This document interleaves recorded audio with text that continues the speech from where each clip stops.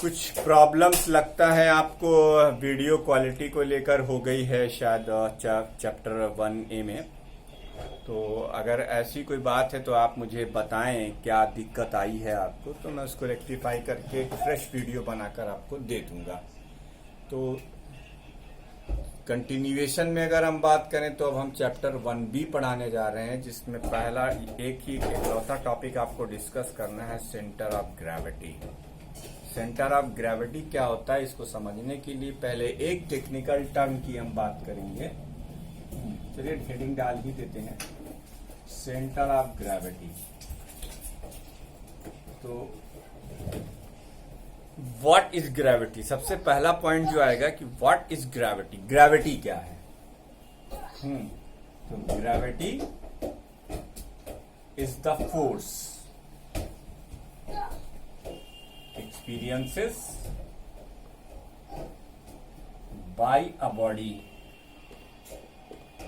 due to attraction of earth, attraction of अर्थ के attraction की वजह से जो बॉडी फोर्स एक्सपीरियंस करती है उसको हम क्या कहते हैं, फोर्स ऑफ ग्रेविटी या ग्रेविटी कहते हैं। Gravity is the force experience by a body due to attraction of earth. Earth के अट्रैक्शन की वजह से बॉडी जो फोर्स एक्सपीरियंस करती है उसे हम ग्रेविटी का फोर्स कहते हैं। The force of gravity is equal to weight. The force of gravity is equal to weight, is equal to weight of the particle. Weight of the particle. आपको अगर 9th में मेरे द्वारा पढ़ाया गया ग्रेविटेशन का चैप्टर याद हो तो मैंने उसके अंदर एक टॉपिक किया था, एक्सीलरेशन ड्यू टू ग्रेविटी निकालने के लिए मैंने वेट को फोर्स ऑफ ग्रेविटेशन से इक्वल किया था। तो उससे आपने देखा कि जी की वैल्यू निकाल ली। तो वेट जो होता है, जैसे चलो इसको हम समझा ही देते हैं, इक्वल टू वेट। जैसे मान लो ये अर्थ का सरफेस है, अब तुमने एक ऑब्जेक्ट यहाँ पे रखा हुआ है, ये अर्थ का सेंटर है, तो अर्थ का मास यहाँ कॉन्सेंट्रेट करेगा, इस ऑब्जेक्ट का मास ये है, तो ये रेडियस हो गई अर्थ की आर ई। ठीक, तो जाहिर सी बात है ये एक दूसरे को अपनी मास प्रॉपर्टी की वजह से अट्रैक्ट करेंगे। एक वेट काम करेगा नीचे एफ जी, और एक ये काम करेगा फोर्स ऑफ अट्रैक्शन, इसको एफ जी लिखते हैं। यही ग्रेविटेशनल फोर्स है। ये फोर्स किसके बराबर हो जाता है, फोर्स ऑफ ग्रेविटी के बराबर हो जाता है। Right, okay. तो ये फोर्स ऑफ ग्रेविटी के बराबर हो जाता है।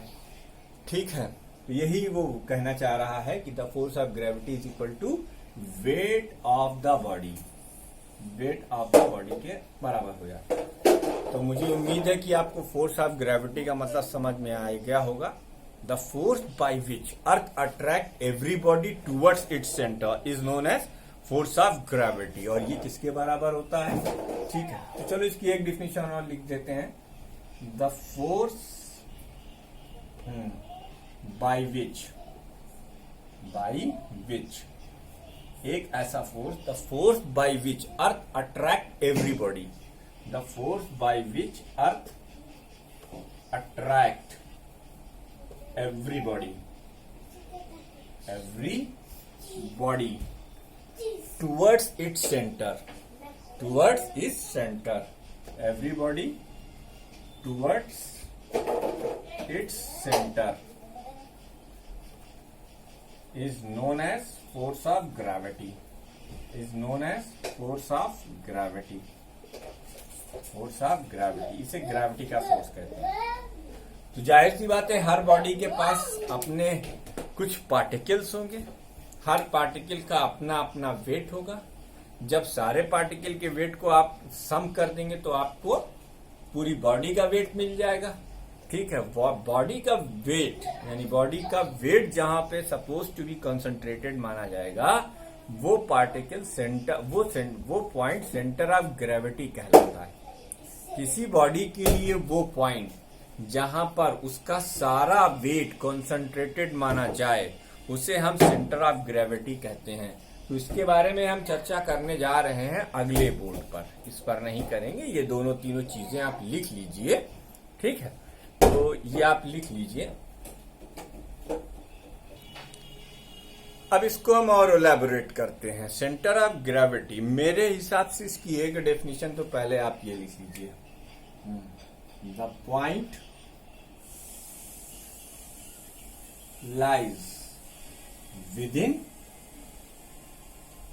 और outside the body at which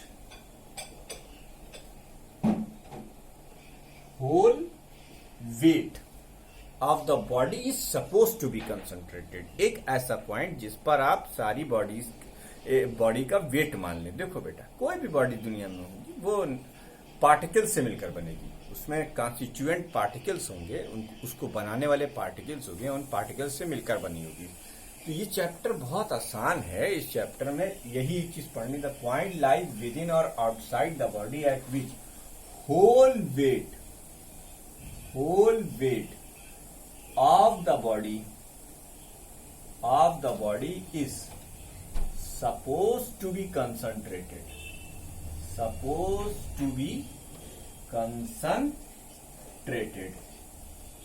is known as center of gravity।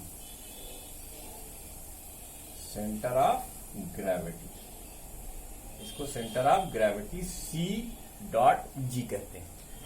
एक ऐसा पॉइंट जिस पर आप ऑब्जेक्ट की बॉडी का सारा मास कंसंट्रेटेड मान लें, उस पॉइंट को हम क्या कहेंगे? सेंटर ऑफ ग्रेविटी कहेंगे। क्या कहेंगे बेटा? सेंटर ऑफ ग्रेविटी कहेंगे। चलो अब इसको तुम्हारी बुक की लैंग्वेज से समझाते हैं। Consider an arbitrary shape body. अब ये आर्बिट्रेरी का मतलब क्या होता है? मतलब you can not exactly in the situation to say that what is the exactly shape of the body, whether it is circular, whether it is spherical, whether it is linear, whether it is square or cube। ऐसा कुछ भी नहीं है, arbitrary में कुछ भी हो सकता है। तो हम एक जनरल केस कंसीडर करेंगे। Consider an arbitrary shaped body having n number of particles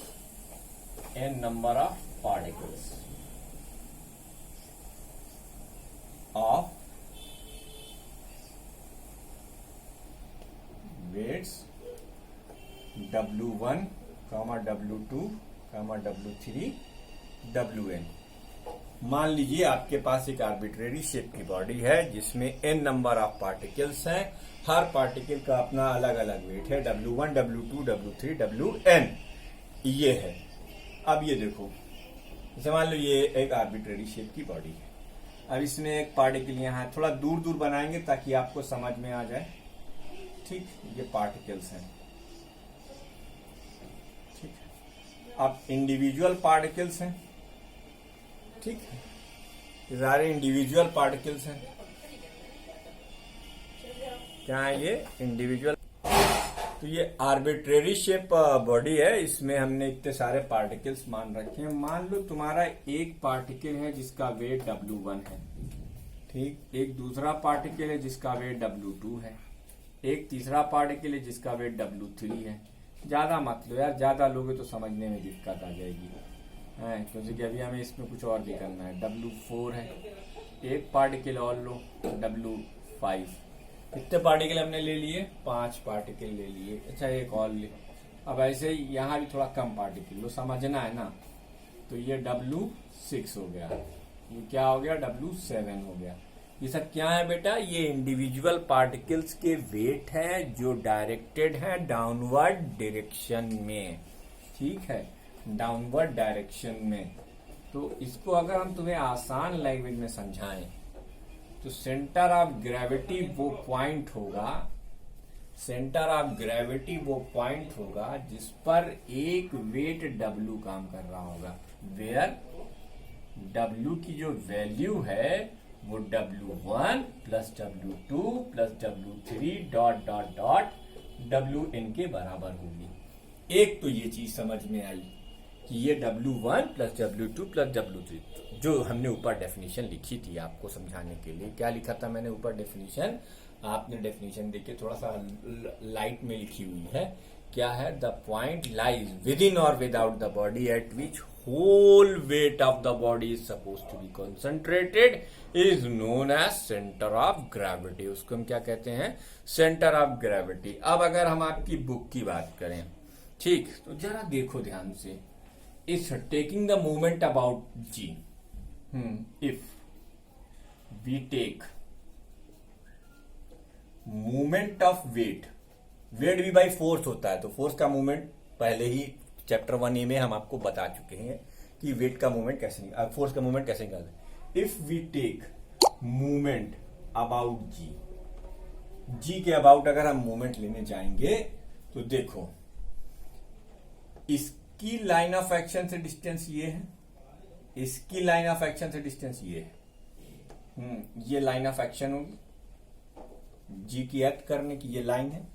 अब इस W4 की परपेंडिकुलर डिस्टेंस ये होगी, W8 की परपेंडिकुलर डिस्टेंस ये होगी,